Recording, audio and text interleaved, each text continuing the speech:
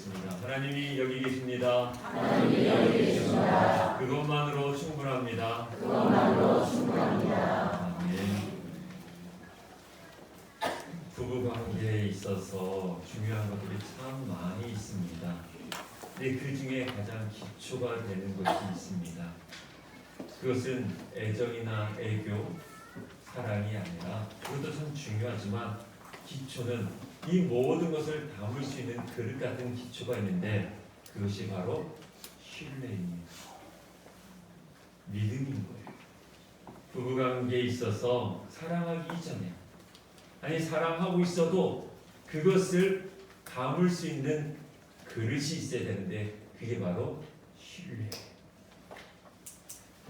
아무리 사랑한다 할지라도 그 그릇이 깨지면 사랑은 쏟아지는 거예요. 이건 모든 인간관계에 있어서 기초이기도 합니다. 아무리 서로 좋은 관계를 맺고 있어도 그 그릇이 되는 신뢰가 그 믿음이 깨지면 모든 것이 다 쏟아질 수밖에 없습니다.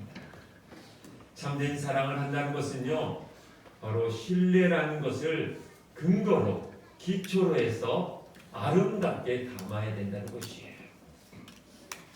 부부관계는 이 신뢰가 매우 중요합니다.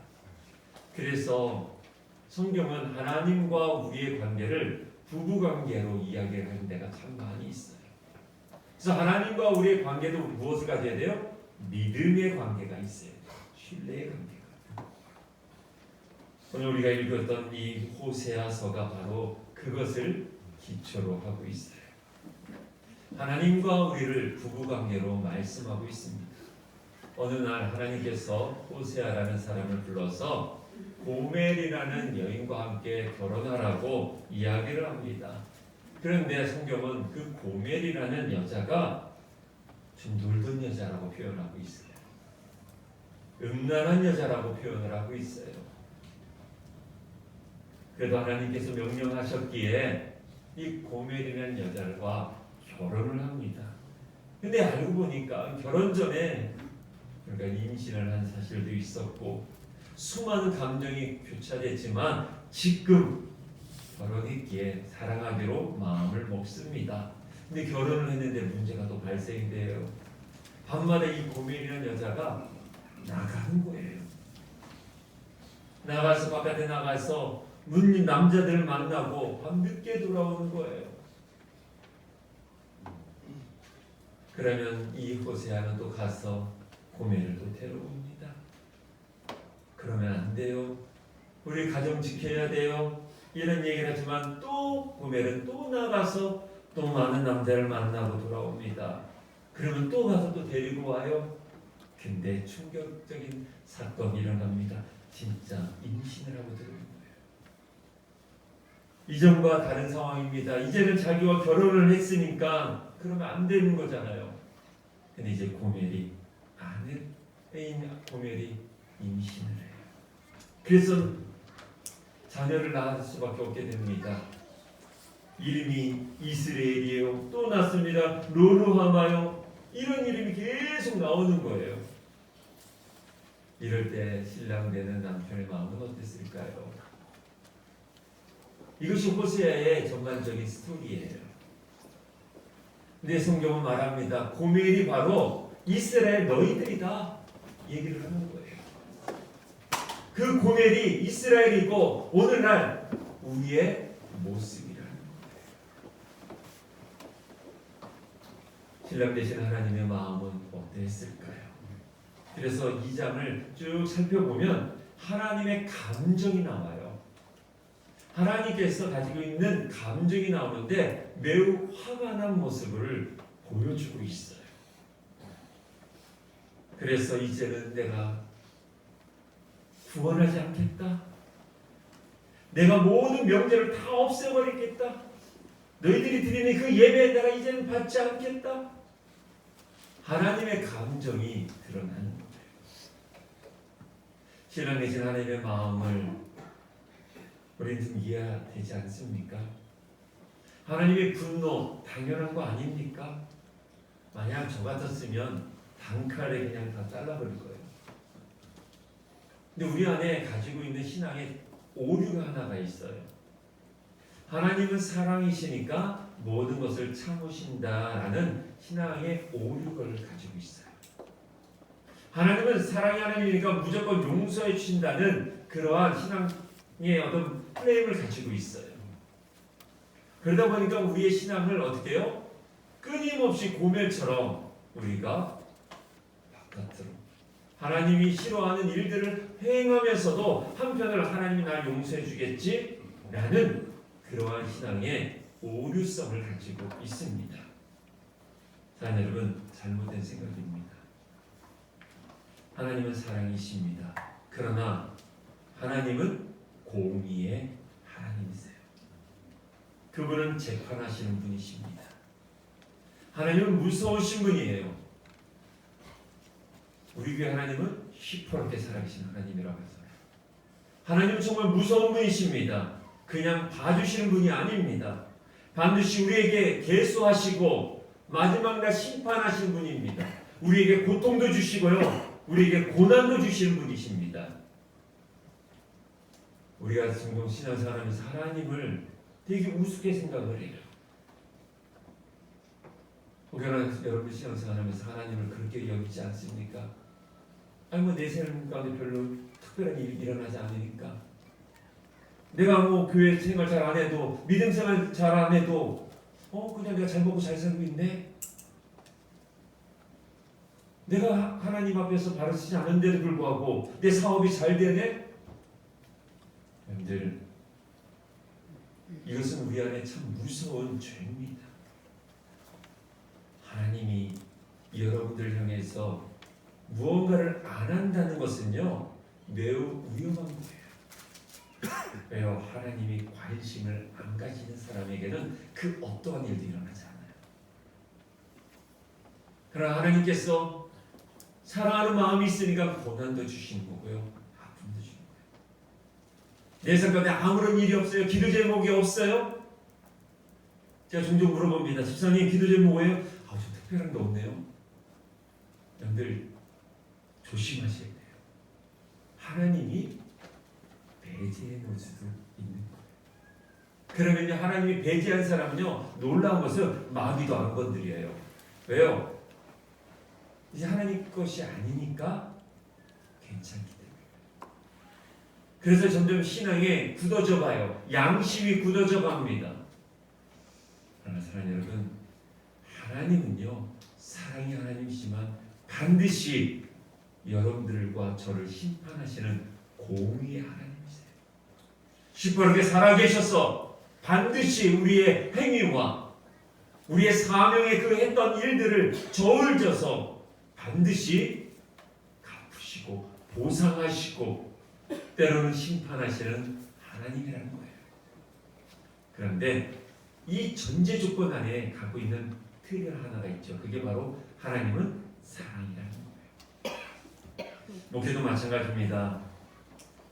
참 목사로서 무조건 사랑해야 합니다. 교회의 모든 가치는 사랑입니다. 그런데 교회 안에는 사랑도 있지만 공의도 있어야 합니다.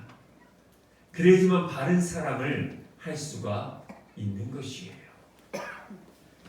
세례를 받으신 분들은 기억하실 것입니다. 세례 교인이 되었을 때 우리는 이렇게 선언을 합니다. 나는 세례 교인으로서의 의무와 책임을 다할 것이라고. 그리고 거기에 이런 전제 조건이 있습니다. 교회의 치리에 복종하기로 서약합니다. 라고 합니다. 치리가 무엇입니까? 교회에 해를 끼치는 사람에게 가하는 교회의 벌이에요. 그래서 세례 서약을 하는 것은 여러분들이 공동체 앞에서 세례를 서약할 때, 교회에서 치리를 할 때 그것을 기꺼이 순종하겠습니다 라고 하는 선언을 여러분들은 하셨거든요.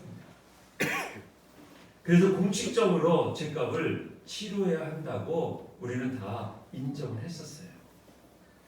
근데 오늘날 치리가 과연 가능할까요?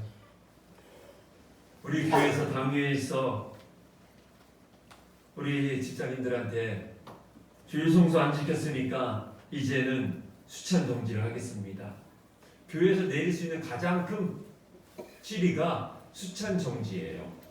바로 성찬을 참여하지 못하게 하는 그러한 치리가 있습니다. 그것을 여러분들은 받아들일 수 있겠습니까? 모든 직분을 내려놓으라고 당회에서 여러분들이 결정을 내리면 여러분들은 수용하면서 겸손한 마음으로 신앙생활 하시겠습니까? 제가 보기에는 다 교회 옮길 겁니다. 뭐 교회가 신송교회만 있어? 다른 데에 가면 나 필요한 데가 많은데 라고 할 것 같아요.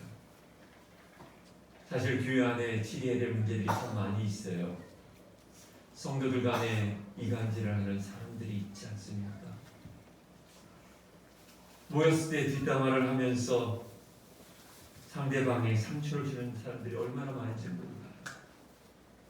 교회에서 성도들의 돈을 띵겨먹고서 또한 교회 돈을 횡령하는 일들이 있고요. 말과 행동으로 인해서 다른 지체들을 상처를 주는 사람들도 참 많이 있지 않습니까? 이런 말과 이런 행동을 할 때 그런 교인들을 어떻게 해야 합니까? 사랑으로 봐줘야 할까요? 아니면 치료를 해야 할까요? 이것이 바로 목회예요. 그래서 목회가 힘든 이유가 여기 있는 것 같습니다. 가정도 마찬가지 아니겠습니까? 자녀들이 믿음 생활하지 않고 세상 속에 살 때 어떻게 해야 할까요? 그냥 감싸 안아주면 될까요? 아니면 그들에게 강하게 혼내켜야 될까요? 부모로서 어렵지 않습니까? 목사도 마찬가지입니다. 여러분들에게 강력하게 말하고 싶을 때가 있는데 그러지 못할 때가 너무 많아요. 그래서 그냥 기다릴 수밖에 없는 것 같고 그냥 바보처럼 그냥 아파할 수밖에 없는 것이 목회인 것 같습니다. 수원에 제가 존경하는 목사님이 설교 중에 이런 말씀을 한 것을 방송설교 통해서 들었습니다. 그 목사님이 이제 안양 교도소에서 한 3년 정도 성경 공부를 인도한 적이 있으셨다 합니다. 자기 성경 공부반에 사람을 살인한 아주 흉악범이 있었대요. 오랜 시간 속에서 이제 모범수가 되었지만 이분이 언제 출소할지는 아무도 모르는 거죠. 근데 그분이 성경 공부 시간에 이런 얘기를 하셨다는 거예요. 내가 죄를 짓고 있을 때 누군가가 나를 한 대라도 좀 때려줬으면 내가 이렇게 되지 않았을 겁니다.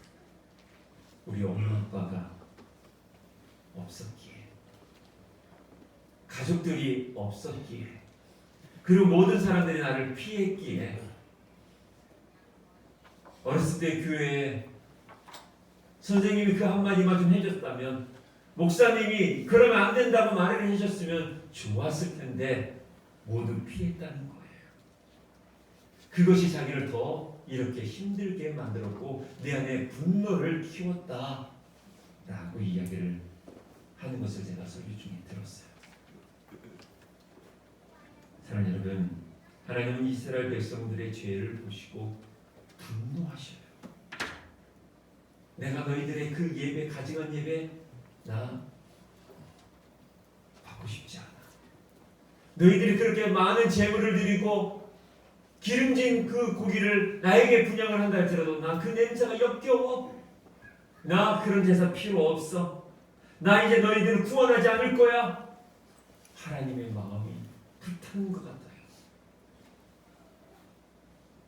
하나님께서 만약에 이스라엘 민족을 끝내버릴 수도 있을 텐데, 근데 이 호세아 1장에서 그런 죄를 2장에 와서는 하나님의 그 마음이 조금 이상한 모습으로 등장하기 시작을 해요. 그게 오늘 14절에 나옵니다. 그래, 한번 14절 말씀 함께 읽어보도록 하겠습니다. 시작. 그러므로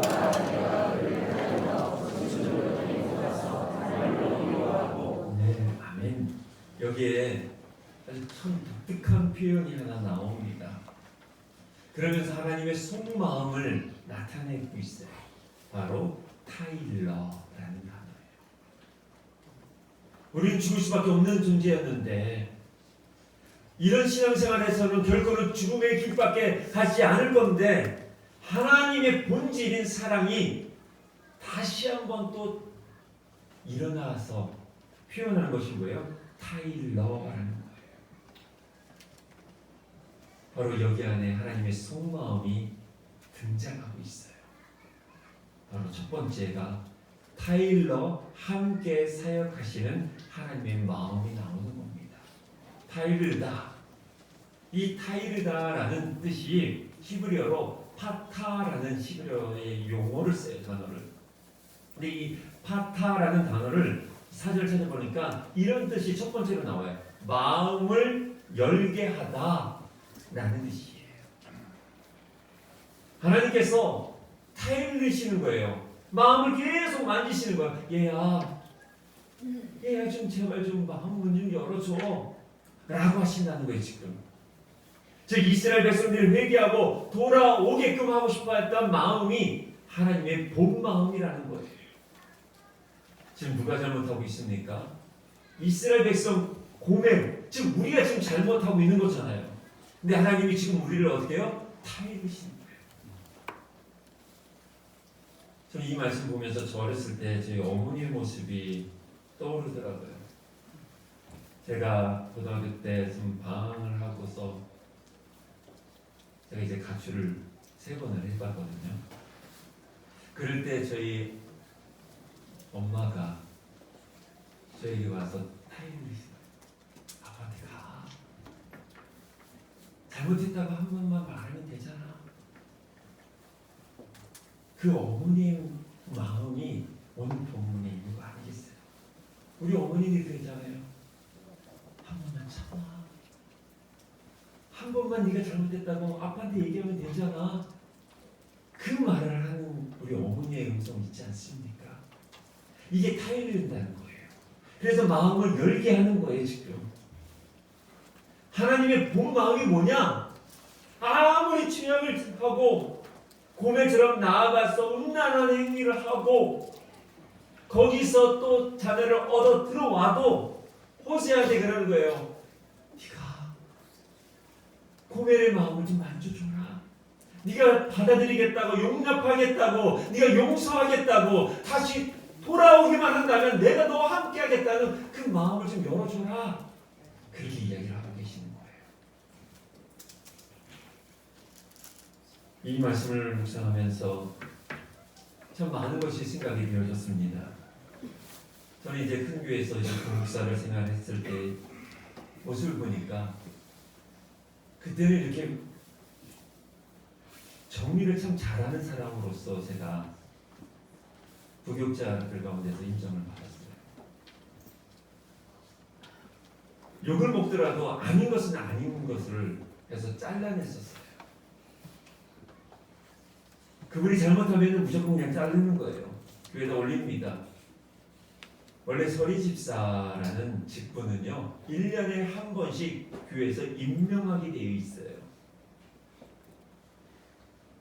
그래서 항존직이 아니라 임시직이라고 합니다. 그래서 연말 되면 그분의 신앙생활을 검토를 해서 교회에다가 올려요. 근데 이제 많은 이제 부교육자들은 관계가 있잖아요. 권사님 아들, 뭐 사위, 뭐 그러니까 그냥 다 올립니다. 근데 저는 3개월 교회 출석 안 하면 올립니다. 목사님 이분 벌써 3개월에서 6개월째 교회는 안 나옵니다. 설립자 주면 안 됩니다. 이제 그러한 마음이 있었어요. 올바르게 해야 된다는 그런 마음이겠죠. 그런데 담임 목사가 되면서 쉽지가 않더라고요. 그러면서 제가 했던 행동이 하나가 있어요. 그게 아까도 말씀드렸지만 그냥 기다리자는 거예요. 근데 그냥 기다리면 안 되더라는 거예요. 오늘 본문처럼 마음을 열게 해야 되는데 제가 그걸 못해요. 기다리는 건 잘해요 제가. 근데 마음 문을 열게끔 두드리는 일을 제가 잘 못해요. 그래서 우리 성도들의 마음을 아프게 한 적도 있는 것 같아요. 좀 다가가서 우리 집사님들한테 좀 마음 좀 열으라고, 좀 노크하고, 좀 타일르고, 마음을 어루만져주고 마음을 열게끔 해야 되는데 이 목사가 그걸 잘 못해요. 우리 안수 집사님들한테 잘 못했고, 우리 남자분들에게 잘 못했고, 온 성도들에게 다가가지 못했던 것이 저의 모습인 것 같아요. 그 시간 종을 용서하시고 우리가 하나님의 마음을 우리 함께 좀 알아서 우리의 마음을 열어서 함께 하나님의 나라를 위해서 걸어가기를 원하시는 그분의 부르심에 우리가 함께 응답할 수 있었으면 좋겠습니다. 사랑하는 여러분, 왜 하나님은 이렇게 마음을 만지시고 타일러서 마음의 문을 열게끔 하실까요? 간단합니다. 우리와 함께 사역하고 싶어서. 하나님은 혼자 일하시는 분이 아니에요.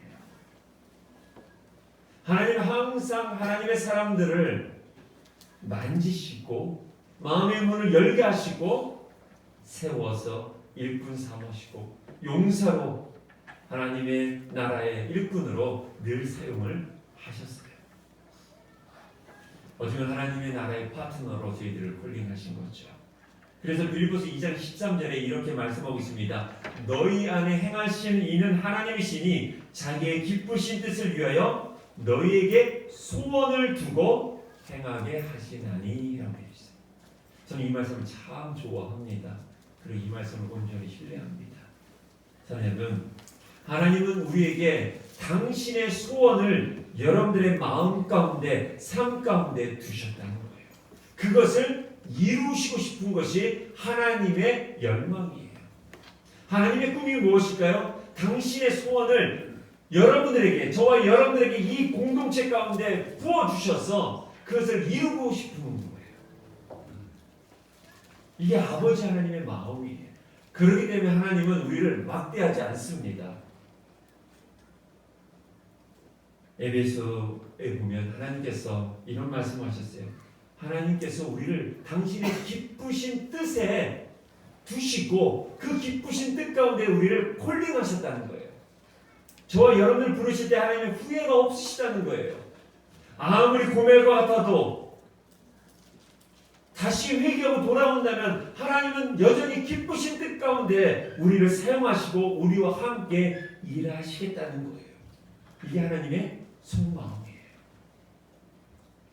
이 말씀을 통해서 우리는 알아야 될 것이 바로 하나님이 우리와 이런 관계를 끊임없이 맺고 싶다는 거예요.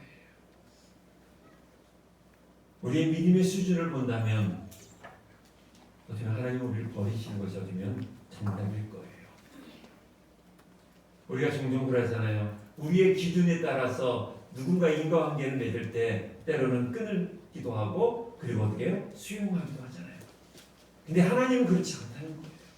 우리의 생활의 수준으로, 우리 믿음 생활의 수준으로, 헌신의 수준으로 봐서는 어느 누구도 우리가 제대로 하나님께 사용될 수 없을 거예요. 그런데 하나님은 바보처럼 기다리셔요.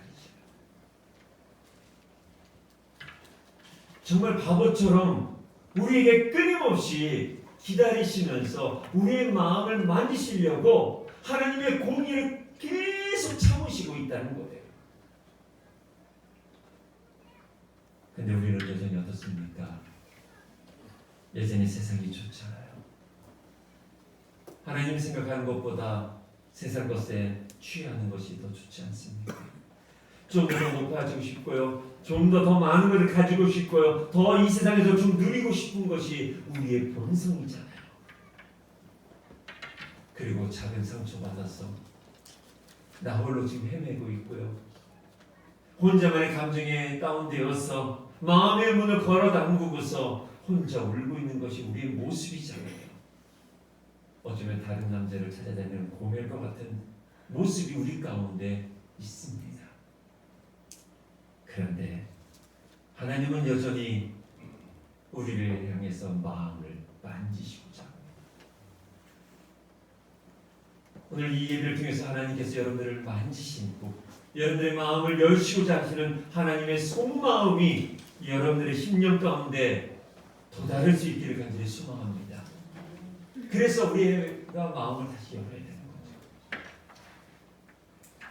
마음 여는 것은 내가 해야 돼요. 하나님이 강제로 열지 않으세요. 항상 우리 주님 어떻게 해요? 바깥에서 내가 두드리오니 라고 표현하고 있어요. 네가 문만 열면 내가 너에게 들어가고 내가 그 안에 들어가서 너와 함께 먹고 마시겠다 라고 하십니다. 사랑하는 여러분, 하나님은 근본적으로 나를 타일러서 하나님의 나라를 위해서 사용하기를 원하신다는 거예요. 우리 공동체는 이제 내년에 창립 50주년이 되어집니다. 그것을 희년이라고 합니다. 어제 우리 교회 역사에 매우 중요한 시점입니다. 그 50주년을 맞이해서 우리는 또 새 성전으로 입당을 합니다. 지금까지 전혀 다른 교회의 모습으로 우리 교회는 이제 새로운 역사와 비전을 가지고 나아가야 할 것입니다. 근데 그 공동체 안에는 참 많은 사역들이 필요합니다. 지금보다도 최소한 1.5배의 사역자들이 필요합니다. 방송실 안에 음향이나 자막이나 영상을 해야 될 분들이 필요하고요. 주차장에 최소한 우리가 100대 정도의 차량을 주차를 하게 되는데 그 주차를 할 수 있는 요원들도 봉사자들도 필요하고요. 이제 교회 봉차도 한 대가 더 늘어나야 될 텐데 그 차량을 운전해야 될 사람도 필요합니다.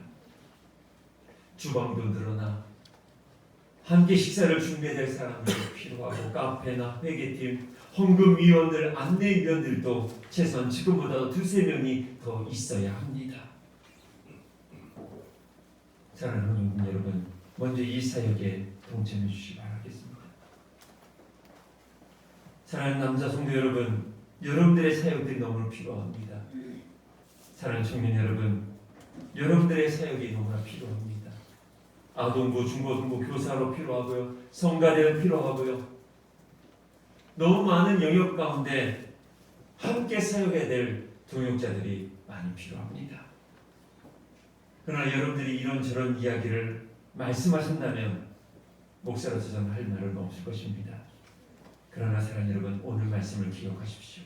나를 타일러 하나님 나라를 위해서 일하시기를 원하시는 하나님의 속마음이 여러분들 마음 가운데 임하여서 함께 사역에 동참해 주시기를 간절히 소망합니다. 왜 하나님은 우리를 타일러서 함께 걸어가기를 원하실까요? 아까도 말씀드렸습니다. 하나님은 우리의 관계를 통해서 당신의 나라를 확장하고 하나님의 꿈을 이 땅에 실현하고자 일하시는 하나님으로 존재하기 때문에 그렇습니다. 그래서 끊임없이 말씀으로 예배로 끊임없이 환경을 통해서 고난을 통해서 우리를 설득하시고자 우리의 마음을 계속 타이르시는 하나님의 터치가 있는 것입니다.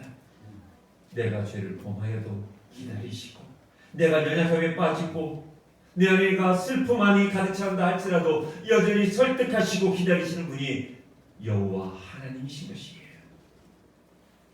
그래서 함께 만나서 하나님의 꿈을, 당신의 소망을, 우리에게 두었던 그 소망을, 기쁘신 뜻을 이루시고자 하시는 것이 하나님의 마음이신 것입니다.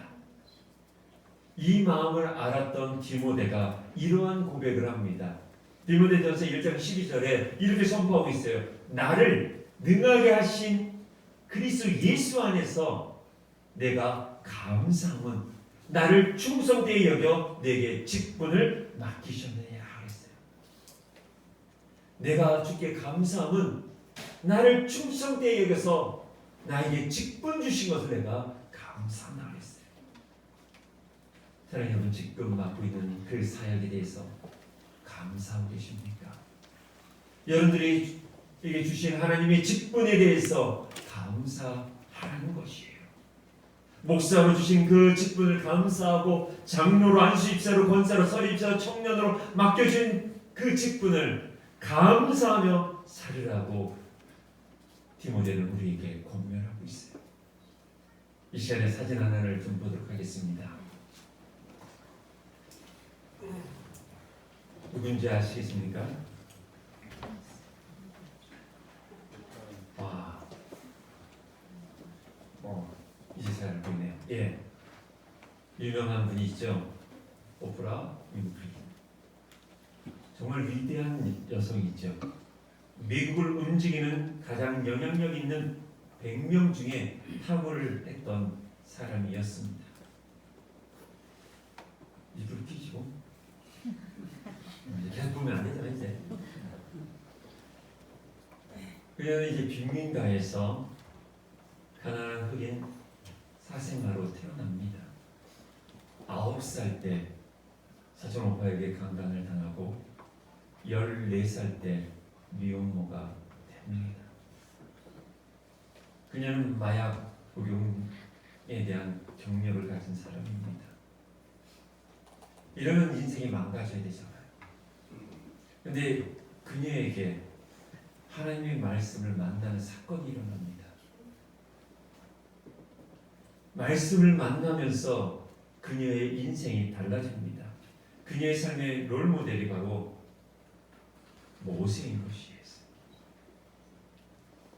그녀는 그의 책에서 이렇게 말합니다. 과거가 미래를 결정짓는 결정적인 요소가 될 수 없다. 나의 과거가 나의 미래를 결정할 수 있는 요소가 될 수 없다는 거예요. 근데 우리는 어떻습니까? 나의 과거 때문에 현재도 지금 계속 힘들어하잖아요. 그래서 꿈도 못 꾸잖아요. 그래서 계속 현실에 대해서 불평하고 비교하고 원망하고 있지 않습니까? 이 본문에 나와 있는 이 오프라 윈프리처럼 9살 때 성폭행을 당하고요. 14살 때 미혼모가 돼요. 그런 인생 가운데도요, 주님이 기다리고 계셨던 거예요. 그의 마음을 타일러서 어떻게 해요? 사명자로 살게 합니다. 그래서 그녀가 쓴 책 중에 이것이 사명이라는 책이 있어요. 그곳에 자기 인생 철학을 4가지를 얘기하고 있습니다. 한번 보도록 하겠습니다. 첫 번째 보면 남보다 더 가졌다는 것은 축복이 아니라 사명이다.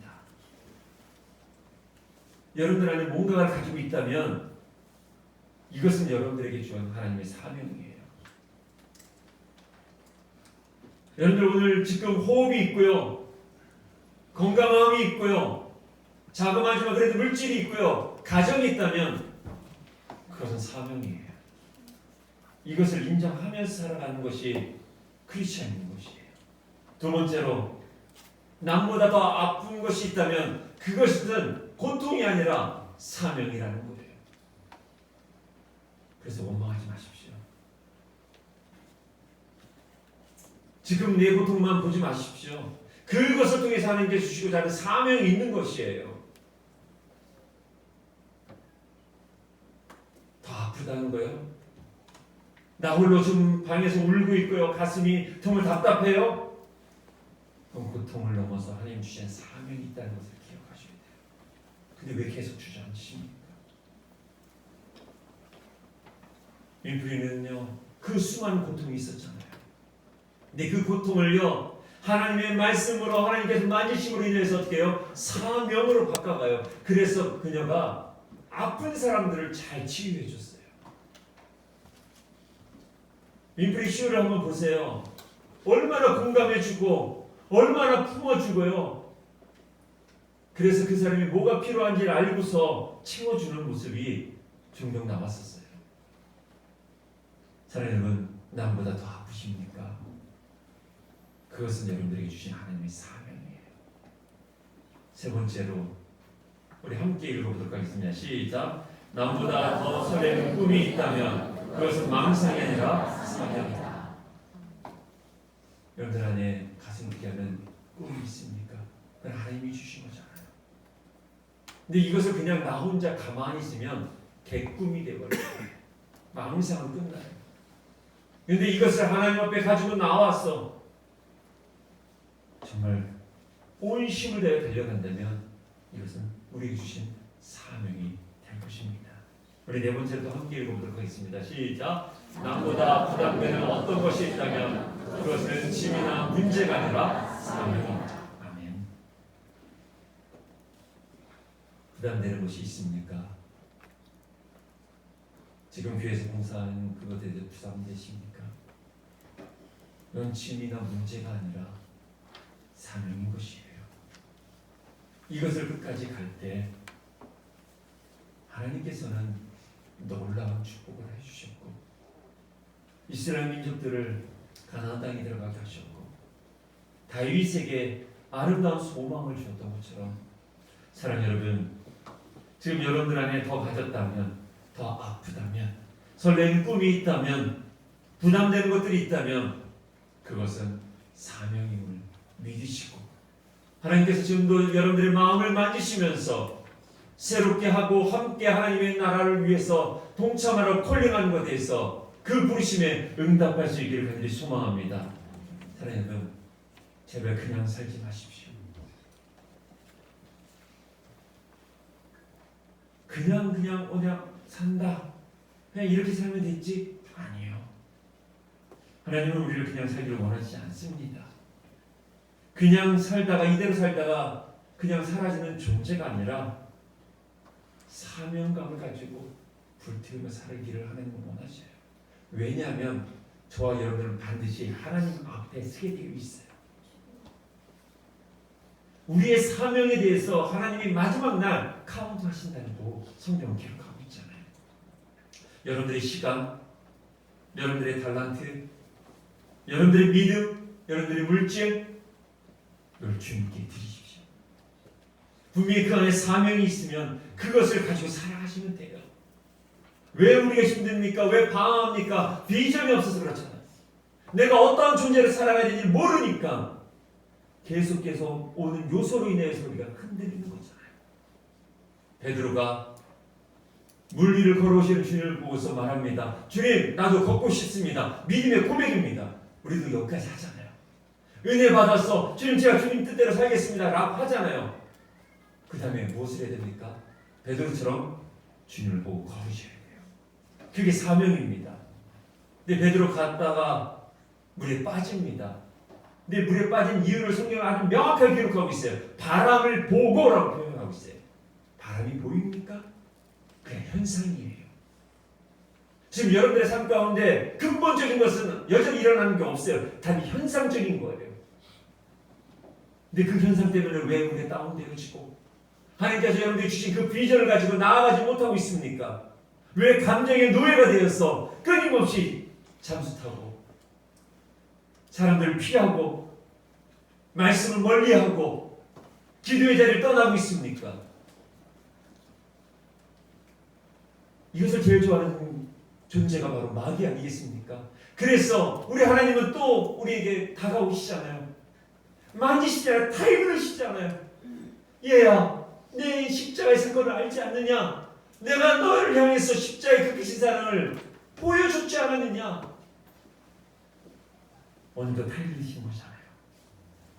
사랑하는 여러분, 주님께서 나를 타이르시고 있는 것을 들을 수 있는 영적인 센서가 회복되어서 오늘도 이 시간에 나의 마음을 두드리시면서 다시 한번 일어나자, 다시 돌아가자, 다시 말씀 앞에 쓰자, 사명자로 살아가자, 너에게 준 그 모든 것이 사명이오니 그 사명대로 살자 라고 하시는 세미한 음성을 들을 수 있기를 간절히 축원합니다.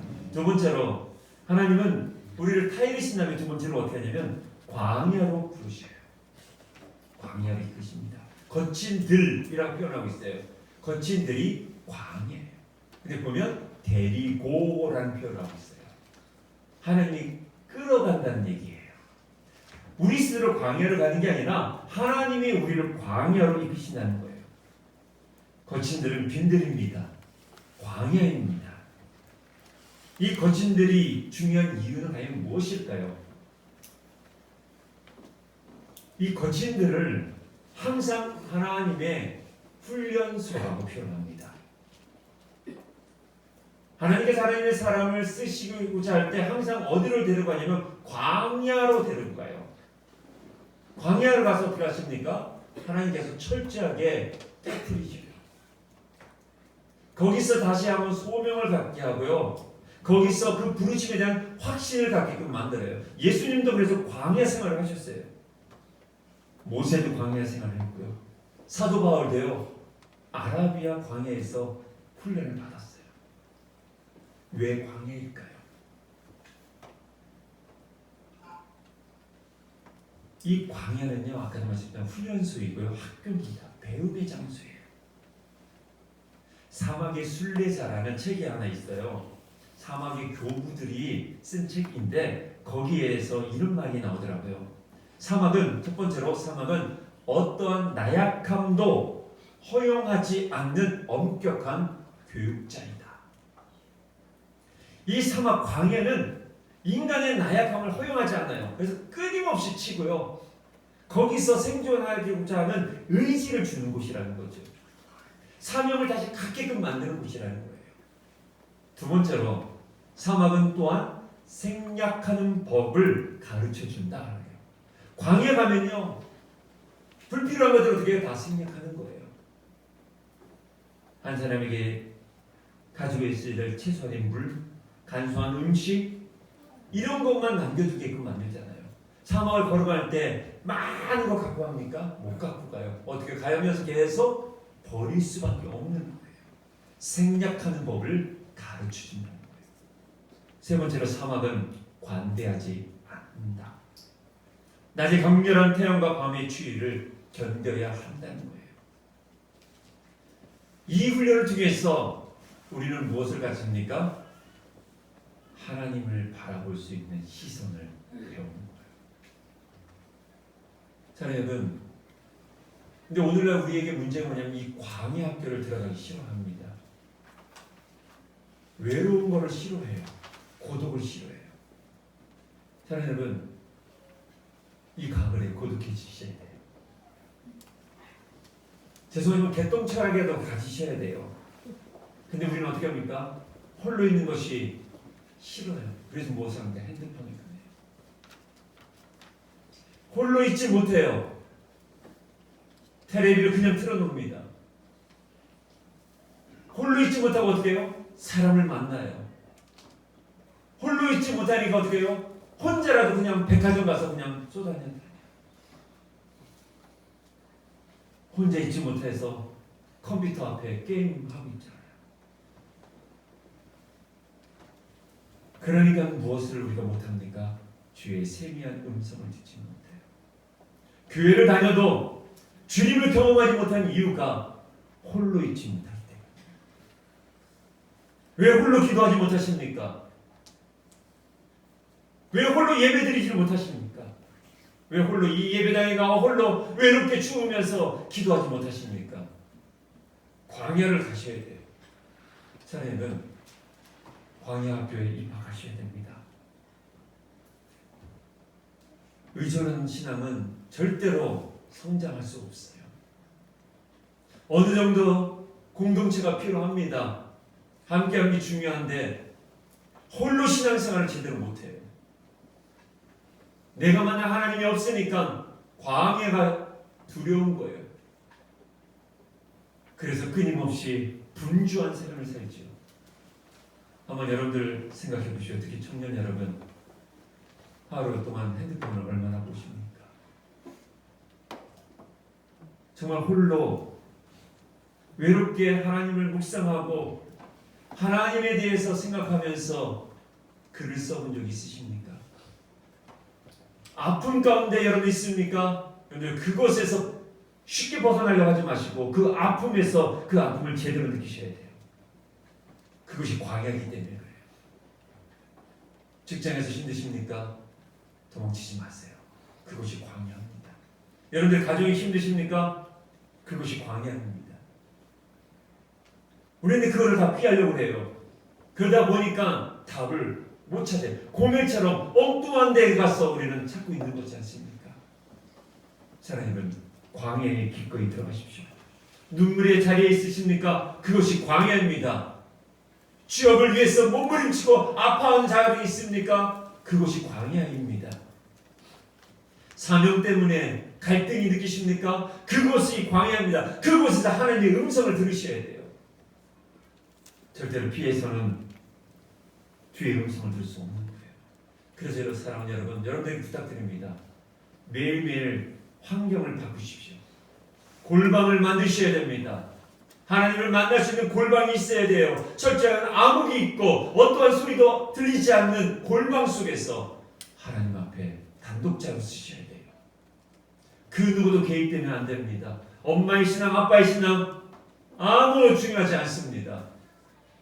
여러분들의 신앙, 그 믿음대로 서야 돼요.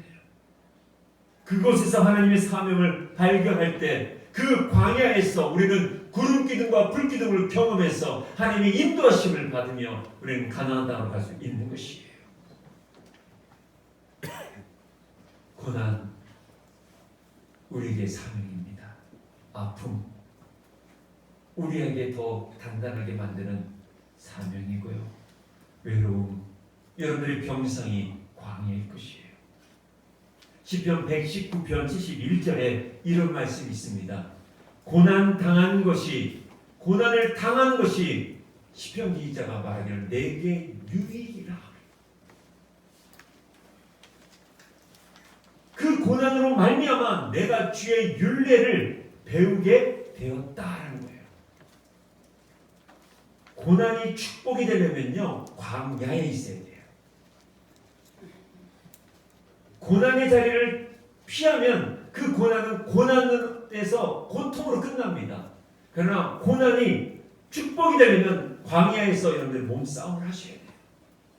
야곱이 야복강가에서 싸움했던 것처럼 지금 여러분들 가지고 갈등 가지고서 다른 사람에게 가지 마시고 하나님과 씨름하셔야 돼요.